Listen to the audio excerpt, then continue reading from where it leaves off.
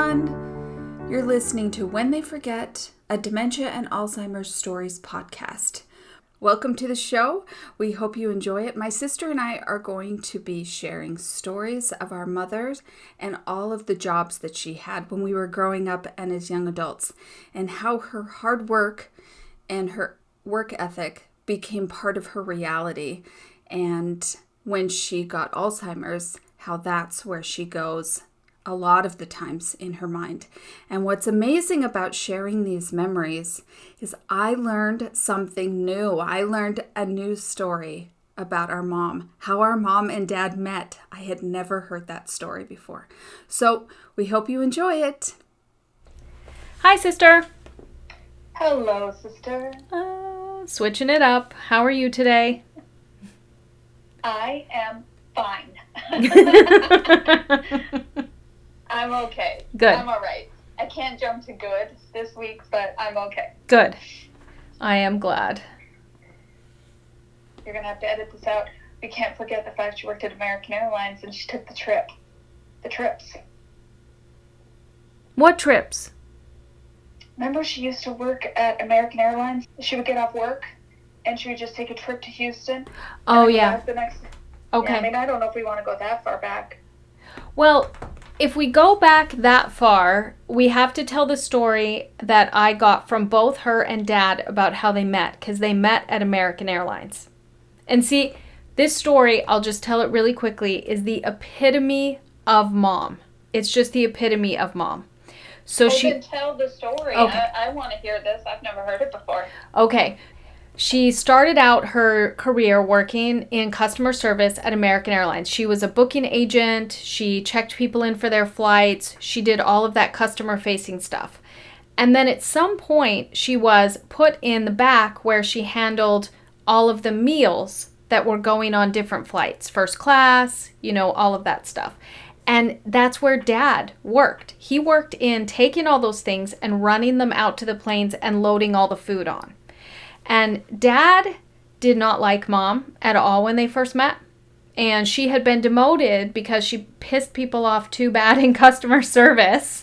She had been demoted to running like this whole back end organization of where the meals went. And that's when Dad met her. His nickname for her, and it was him and the people he worked with, was the Ogre. I know, right? That makes perfect sense. He didn't. Yeah. He did not like her at all. She was mean and bossy and a little condescending, and everybody just thought that she was a cranky young woman that no one wanted to get to know. As it turned out, Dad and Mom figured out that they both lived in the same general part of town, and they started commuting together. And then eventually she moved into his same apartment building so that they could commute together all the time, and they became friends and then got engaged and got married. So he must have gotten to know her very well outside of the work setting. But Mom told me that story a long time ago, and then I asked Dad about it about 5 or 6 years ago, and he told me the whole thing pretty much the same way. I mean, they called her the Ogre. They did not get along. And the only reason they really even got to know each other was because they wanted to save money commuting to work. Oh my goodness. Yeah. I have never in my whole life ever heard the story about how our parents met. Yep. I didn't even know they met at American Airlines. I guess I just never asked the question about where they met. I assumed it has something to do with the airline industry because Dad was an air traffic controller. Yeah. And I knew Mom worked at American Airlines, so I assumed it was something like that, but I had no idea. But I couldn't see how Mom is an acquired taste. Mm-hmm.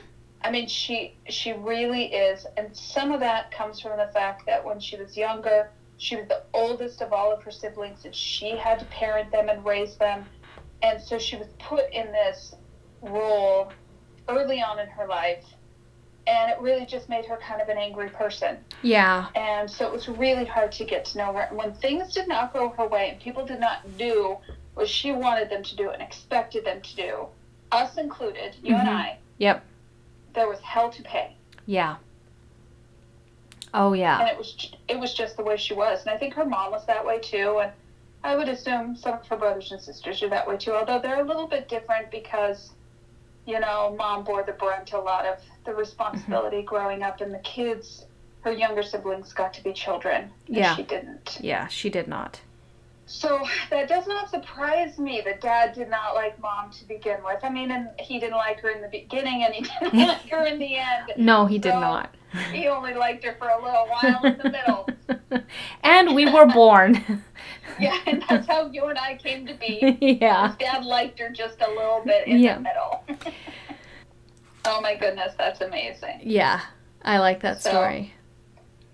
When you and I mean, coming into my memory, I remember Mom working a little bit when we were younger. I kind of have split my childhood into two segments, and it was pre-divorce and post-divorce. Yeah. And so I don't really remember a lot. I know she worked pre-divorce. Mm-hmm. I remember her being gone. I remember, you know, being with you or having sitters or whatever. But I remember post-divorce, her work really began. Yeah. And that's really when she started this whole idea of employment and work and responsibility and having something to do, and, you know, her day kind of mapped out. Yeah. Really became her reality. Yeah. It's like that movie, The Upside of Anger. I don't know if you've ever seen that, with Kevin Costner and Joan something or other.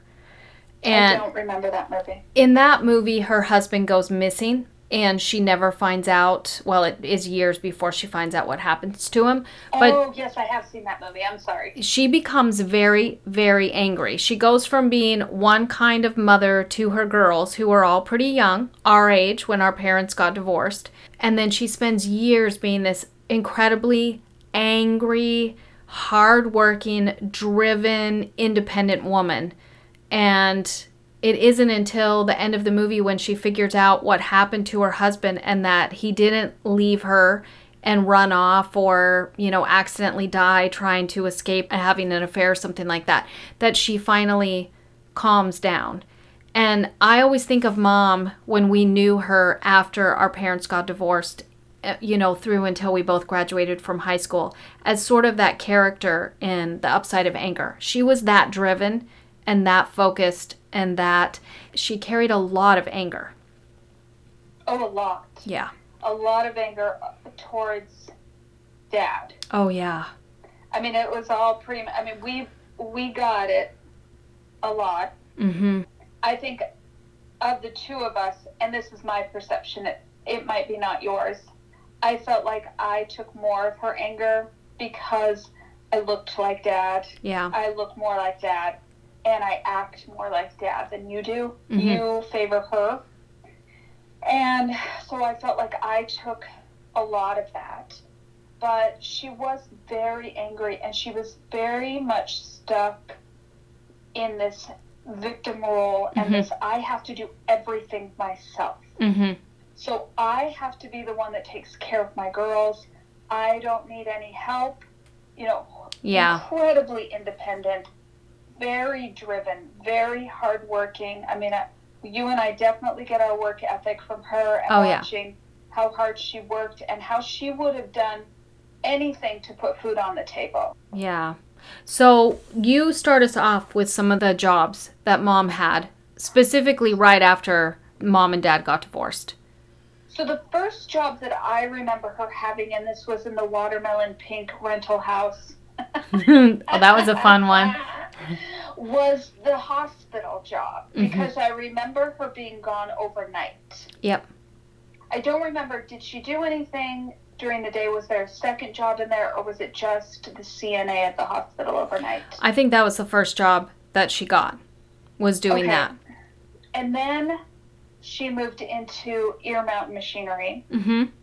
which is where she met and became friends with John Corey. Yeah. And if anybody remembers him from a previous episode, he is the E does not stand for enough man. Yeah. And during that time, she started picking up odd jobs in addition to working at Earmount Machinery. Yeah. So she had a paper route, which you and I both had a paper route. Right. I started it in, I believe, 4th grade. I don't know when you started yours. Yeah, I Maybe start 5th or 6th grade. Yep. And she cleaned an office building on the weekends. It was an insurance agent. You and I helped her with that. Yep. And then I remember she decorated cakes. Yep. Oh, she made beautiful decorations. Oh my gosh. Amazing. Yeah. I always loved it when she screwed up on the flowers because we got to eat them. Yeah, me too. She used to make gorgeous. She made wedding cakes. She made birthday cakes. Yeah. She did all kinds of things. So she would do that. Remember how we had to be very quiet when we walked? Because yes, because the cake could fall. The cake could fall in the oven. And when she had cakes baking, which was a lot of the time, there was always this seething watching of us and everywhere we went. And we could not step hard. We could not think hard. We could not speak out loud just in case the cake fell. Oh, and if we did, I mean, if I was sitting on the couch and I dropped a pencil and the cake fell. I know. We were done. Trouble. But I gotta admit, there was sometimes I really wanted the cake to fall because we got to eat it. Yeah, so good. And I loved when she would stack round cakes and she would slice off that top piece. Yeah. So she could make, yeah. That's so good. So good. She'd do that when it was warm. Yeah. And then the other job that I remember her doing is the catering, which you and I also helped with that. So weddings and things around town, she worked, just for, I can't remember who it was, ran a little catering company. Yeah. And we would help serve and clear tables and all of that. Yeah. And then the whole time she did all of those odd jobs. Within the first 6 months or so, she got a job as a teacher's aide at the high school. And that was her primary job. So she would deliver papers, go to the high school, be a teacher's aide all day during the school day. And everybody who knows our mom knows she used to walk around the high school halls during the lunch time and yell at kids that she saw outside or in the study hall. And that's, how everybody remembers Mom at the school. And then after she would go work at Earmount Machinery, she would work the football games, selling tickets and letting cars into the parking lot. She sold tickets to all of the band, choir, musical theater, any event that happened inside the school. And then she would work as a CNA still like 3 or 4 nights a week. And then come home just in time to get a couple hours of sleep and then get up and do the paper route. And one thing that I remember about Mom is that she rarely ever took a day off being sick. I think the only time she really did was when she had a migraine that would not let her get out of bed. Yeah. Or was making her sick to her stomach and she just physically could not do her job. But that was very rarely. She worked with migraines. She worked with an upset stomach. She worked through colds. She worked constantly. I mean, she never took a day off. Yeah. And then while she was working at the school during the summer break, because teachers' aides didn't get paid, she was a janitor at the school. So she would go around and scrape all the gum off the desks and paint the walls. And, she really...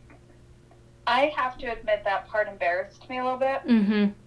I don't know about you. And I feel bad about it now because, she was basically working to feed us. Yeah. Put clothes on our backs. But I was really embarrassed of the janitor job. Yeah. I don't think I was really embarrassed of any of the others. I was always embarrassed when I was doing the paper route if one of my friends saw me. Oh, me too.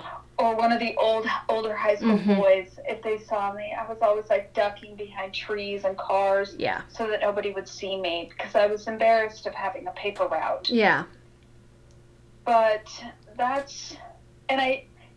there's a funny story about Mom being the janitor and at the school, and, she's not lucid enough to know that I participated in this, but she had to repaint the entire girls' locker room one summer, and for whatever reason, it was an oil-based paint on the wall, And for whatever reason, they decided to buy latex paint. So anybody who knows anything about paint out there, if you put latex paint on top of oil-based paint, you can just peel that latex paint right off. It took us about a week, the girls in my class, to realize, I think we found a little nick or something, somebody bumped it or whatever, and we figured out that you could peel off the latex paint, and it comes off in big sheets. And so we pulled it off strategically to spell dirty words, to spell, one of the girls loves one of the boys, true love always. I'm not going to name names, but you all know who you are. And anatomically correct body parts. And so we left. So our PE teacher, I remember it was probably the next day or so when they discovered what we had done. We ran laps for probably 3 weeks because none of us would admit it, but Mom had to go back in and paint the whole locker room over again. I feel really bad about it now because she asked me growing up because she knew it was my class. Yeah. She asked, "Did you do that?" "Oh no, Mom, I didn't do that. I was already gone. Yeah. I already went home. I didn't do it." Because we were the last period of the day, so there was nobody else that could have done it. There was nobody that came after us. So dumb. But she had to paint the whole thing again. Oh. I felt so bad. Well, I feel bad now, but back then it was pretty fun. Yeah. I'll admit it was pretty fun. If anybody ever wants a really good time, take, something that's painted with oil-based paint and cover it with some latex paint, let it dry, and then peel it off. It's satisfying. It's a pretty satisfying experience. Yeah. And so after I graduated, Mom and you moved to Oregon, which is how she ended up here. You were with her, so you know about her jobs. The first thing that she did was go to work at Smucker's. Yes, we went to work at the Smucker's cannery, and essentially our job was we worked the overnight shift, which was different than the day shift. The day shift, they had specific hours, 8 to 5, and they left when 5 o'clock hit, and the night crew would come on. Well, the night crew, the berries would have all come in from the surrounding farms, and they would come up these huge conveyor belts, and our job was to pick off anything that we saw that was rotten, or a leaf, or a twig, or something that was not the berry. Yeah. And we had to stay until all the pallets were empty. So it wasn't an 8 to 5 for us. It was you work until all the berries have been inspected. Wow. And it was a very hard job. You were on your feet the whole time. I remember we got a lunch break, and I know we got our little 15-minute breaks, but other than that, we were on our feet, bending over a conveyor belt that was lit up, and picking berries and leaves and twigs and stuff. And we did that all summer long. Wow. We did that all summer. Mom was during the day, because we would go home and I would crash and sleep all day, and Mom would go hit the pavement trying to find a job. Yeah. And it took her a while, but she landed a job at Fleetwood Homes, which is a mobile home manufacturer. But she didn't just walk in, have an interview. She went through an employment agency. And so back then, I don't know if they're still like this, but when you use an employment agency, or when she did, she had to pay a fee to them every single week until her debt was paid off with them. So she got the job at Fleetwood, but she had to pay this weekly, money to the employment agency, and Fleetwood didn't pay it. And so she still had to work at Smucker's for a while so that she could balance the two and make ends meet. So she would work all day at Fleetwood Homes as a receptionist, and she was a brilliant receptionist. She's very organized. She can be very personable when she wants to be. Yeah. And, she's just very focused. And so she's fabulous at it. And she stayed there for quite a while. She worked off, it was probably 3 or 4 months, and her debt was paid off for the employment agency, and she was able to quit Smucker's. But she worked at Fleetwood the whole time that I was in high school, and probably about a year afterwards. Yeah. Yeah. It was a while. That was perhaps her longest job. Yeah. Besides the high school in Montana. Yeah. And then she went from there and worked as a receptionist at 2 different mobile home sellers, so places that sold mobile homes. And one of them was in the town that she was living in, which was Woodburn. And then from there, she went up to some place, I think in Clackamas or East Portland, and she worked there. And I don't remember how long she did those 2 jobs. They were not at the same time. She went from one, and that one went out of business, I think. And so she went to the other one and worked there.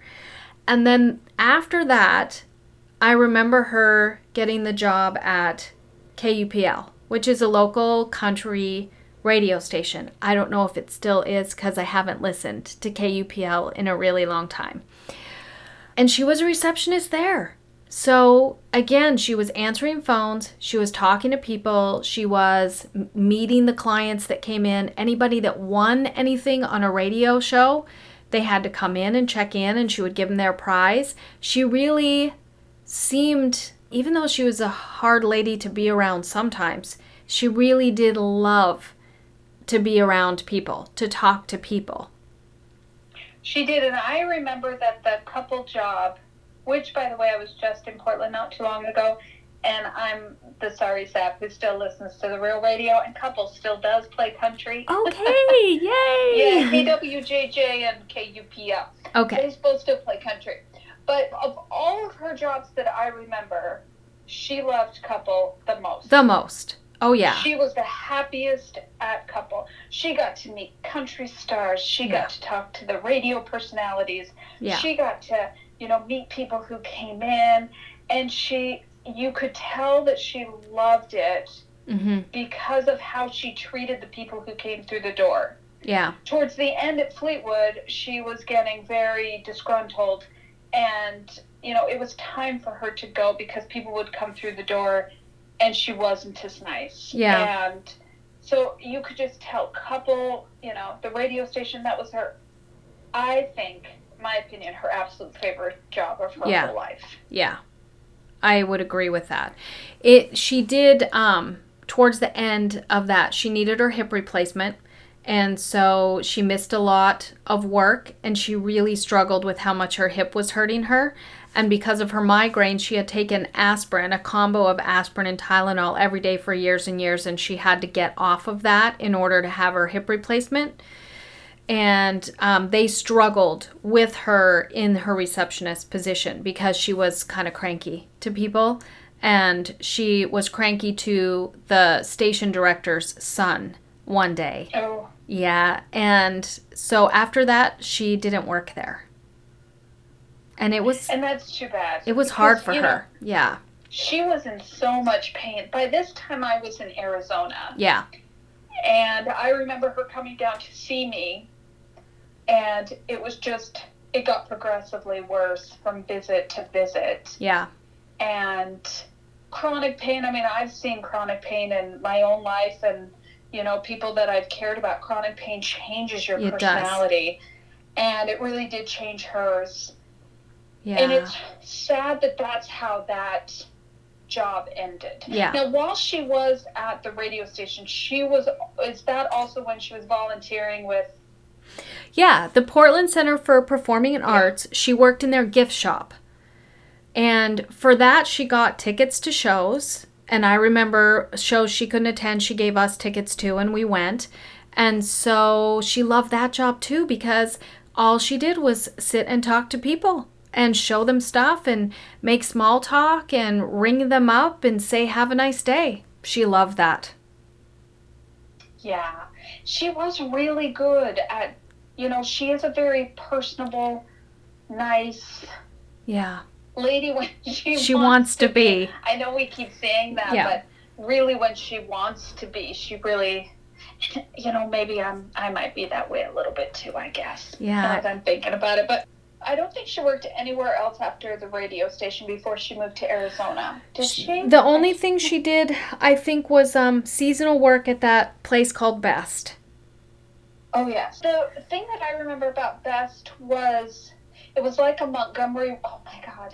I mean, I don't know if anybody's even going to remember Montgomery Ward's. but a Sears or a JCPenney's where people, it was kind of an interesting place where it was probably the initial online ordering system. You would order something and you would go in and you would pick it up from them. They had a showroom, and so she worked behind the desk, and so somebody would come to pick up their order, and she would give them their customer service and all of that. Yeah. So she was really, again, there she was in front of people working hard. I mean, I don't really ever remember a time growing up that she was unemployed. Oh, me neither.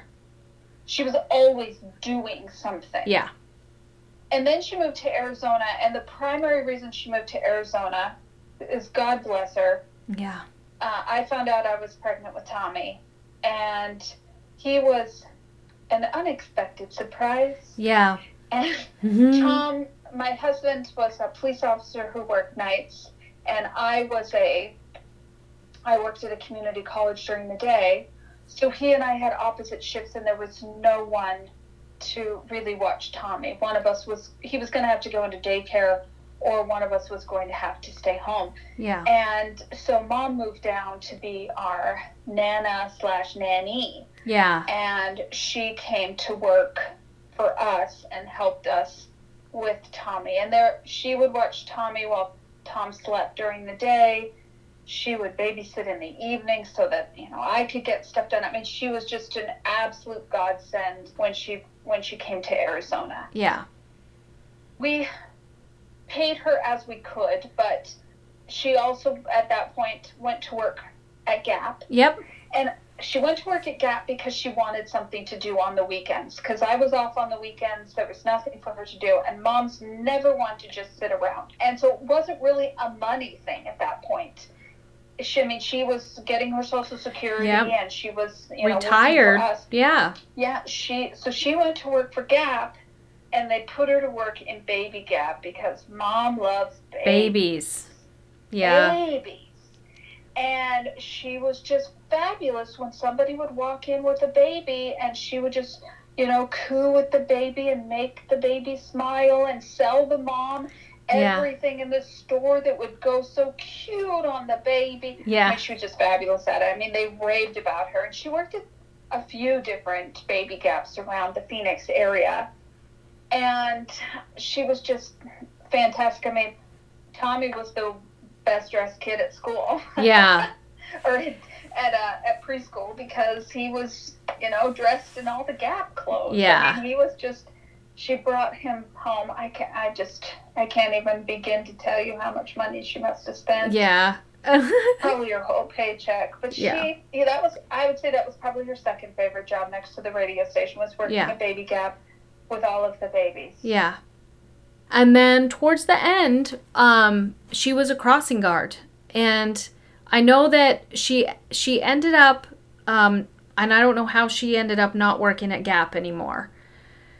Was that just... I think it was because she was on her feet a lot, and they had just cut back so much. I mean, Baby Gap was going away at the Chandler Mall, and it was just a matter of they were just cutting back the hours. Okay. She worked there while she was a crossing guard for a while, but then eventually the hours just dried up. Yeah.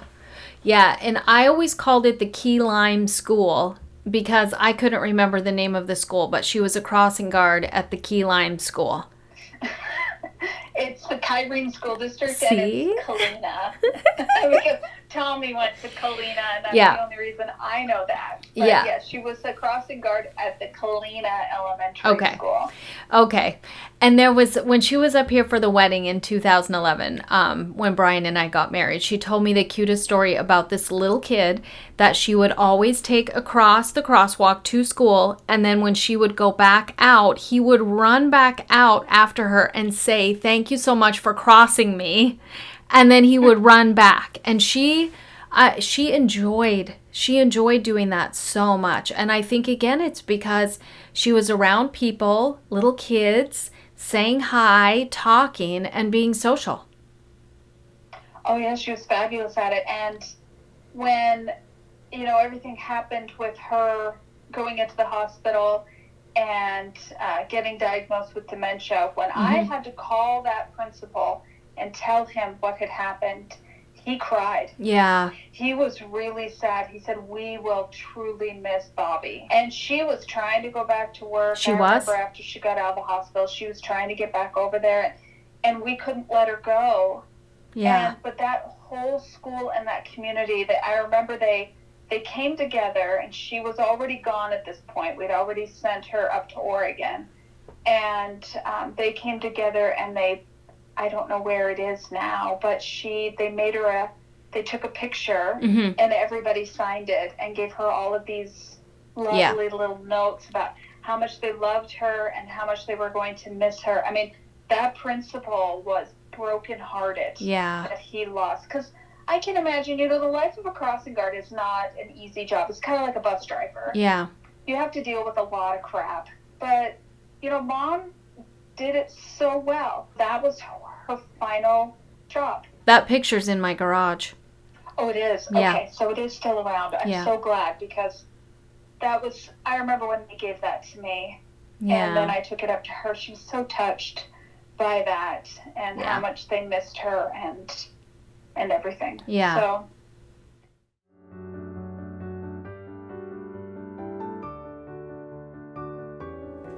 Before we finish out this episode, we want to take a minute and talk about how you can share your Alzheimer's or dementia story with us so we can play it on our podcast.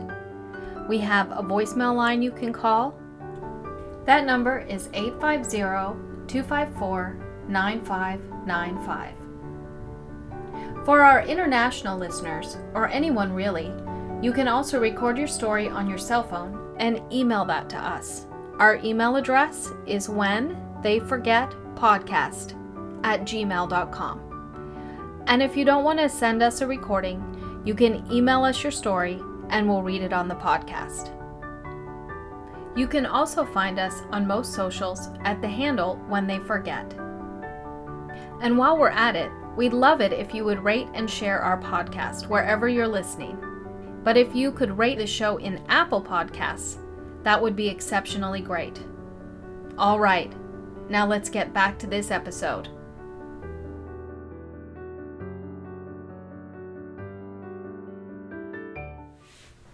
So the reason for explaining and talking about all of that, Yes. about her jobs and how hard she worked, and all the things that she did throughout her life and how hardworking she was, is because now, in her Alzheimer's haze, in her reality now, that is where she goes. Yep.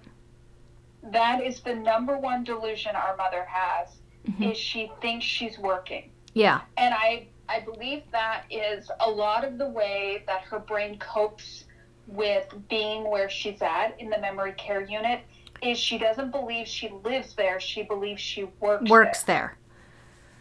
Even yesterday when I did the FaceTime call with her, she was looking at the shift thing and she said morning shift, afternoon shift, evening shift. And then she kept saying, I don't think I can do that. And I think even though she didn't say a lot to me yesterday, I think that she thought she was working. But that doesn't surprise me. I mean, more often than not, I would say about 50% of the time that I've gone to see her, whether it's at the window or when we were allowed in, she thought she was working and that we were visiting her on the job. Yeah. Oh my gosh. You remember that one time? Remember that? I know you're going to think about the same thing that I am. She was so irritated with us because we had shown up and she couldn't figure out where things were supposed to go. Right. And she was trying to get people where they needed to be, and we were interrupting her workday. Yep. Oh. Yeah, she said we were going to get her in trouble. We were going to get her fired. She kept handing us all these papers and giving us all these things that we needed to sort and put away. And then she was wondering if we were going to eat there and said, how am I supposed to get the kitchen to make you food? I mean, she was... Yes. And before all of the coronavirus, there was a lady who worked there named Wendy. Mm-hmm. And Wendy would just go along with the delusion. And she would be like, okay, well, I really need you to do this. Can you help me with this, Bobby?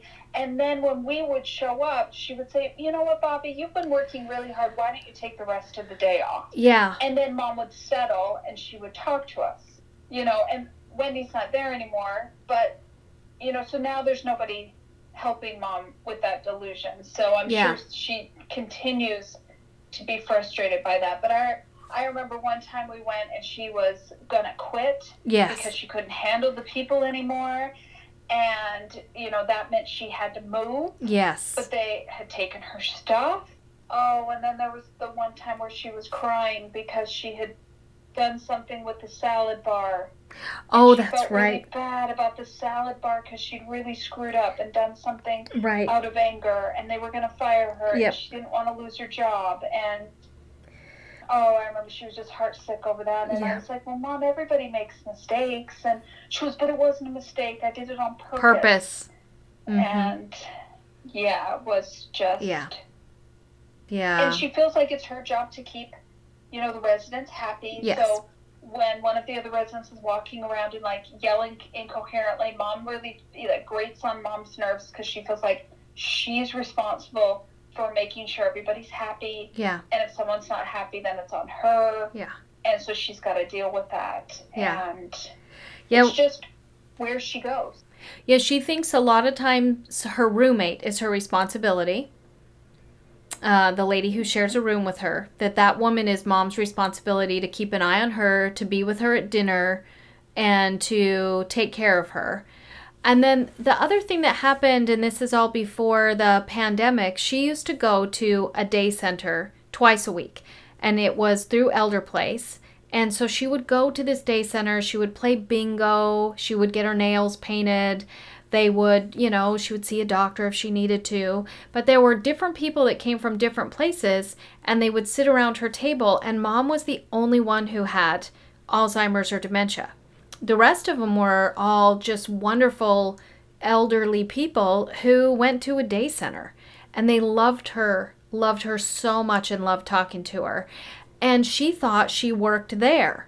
And so when they would have her get up and get on the bus to go home, unless somebody said, oh, Bobby, your shift here is done, she was thinking as she got shuffled out that she was being fired. And she went through this constant weekly cycle of thinking, I lost my job. And she would show up on the bus back where she lived, and Wendy was the one who figured out that she needed to say, oh, Bobby, now you're here. And Mom would say, can I work here?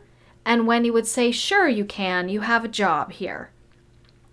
To help bring her from one place to the other and not make her feel like she'd been fired. Brian and I showed up one day, and we punched in the code, and I looked through the window and I could see all of these laundry baskets and baskets piled up, and they all had her roommate's name on them. And I said to myself, oh, I guess she's moving out. And we walk in, and there's Mom, head in her closet, butt hanging out of her closet, head in her closet, throwing all this stuff in these baskets and bins. And she is mad as hell because she feels like she's been fired and she needs to move out. And she was taking her time with her walker to load all this stuff up, walk it all the way down the hall and around the corner, dump it by the door, and then go back and get more stuff. And that was the night Brian got in trouble because he kept saying, we're bringing the movers tomorrow. We're bringing the movers tomorrow because Mom wanted to move. I need to move. Got to help me move. Oh, yeah, we have the movers lined up for tomorrow. And then Mom looked at him and she said, you have the movers lined up for tomorrow. Oh. She's such a brat. Yeah.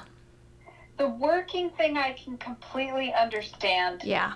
That's where she goes, because that was really her sense of purpose growing up, or us growing up, is, her sense of purpose. She felt like, the way that she showed us that she loved us is to care for us and to make sure that we were fed and we were clothed Yeah. It wasn't, there weren't a lot of like hugs and I love yous and this and that. Yeah. It was, mom's working very hard in order to keep a roof over our head. Yeah. And, that's how she's showing us that she loves us. And so I can see now why she goes there. Why she thinks she's working is because her brain needs to have a purpose. Yeah. And, there's been countless times I've walked in and she's had a stack of papers in front of her and they're word searches or coloring pieces of paper from elder plays or whatever they did that day, maybe a picture that they colored with crayons, but she's got it stacked up like that's her work. Yeah. And, she doles it out and hands it out like, it's job responsibility stuff. Yeah. And she just has no concept that she doesn't need to work anymore, but that's what gives her a sense of purpose. And I suppose that's how her brain tries to make sense of what is happening, is putting it through a context that she understands. And if she works there, then it makes sense that she has to be there all the time and that people don't come and visit her. And she doesn't get to go out very much because she's working. Yeah. So she's responsible. So there isn't a lot of time for socializing when you have to work a job. Yeah. And I suppose that's how she probably makes sense of it. Makes me wonder, and maybe this is a reflective question for you as well. When you get older, where is your brain going to take you to make sense of where you're at? Oh, Lord. Because mine won't be work. Mine won't be work either. Yeah, I don't really... I value my work, and I work very hard, but my life is not my work. Yeah. Yeah, and for Mom, her life, a lot of times, was her work. Absolutely. Yeah. She would... you talked about her selling tickets at all the concerts and the plays and stuff.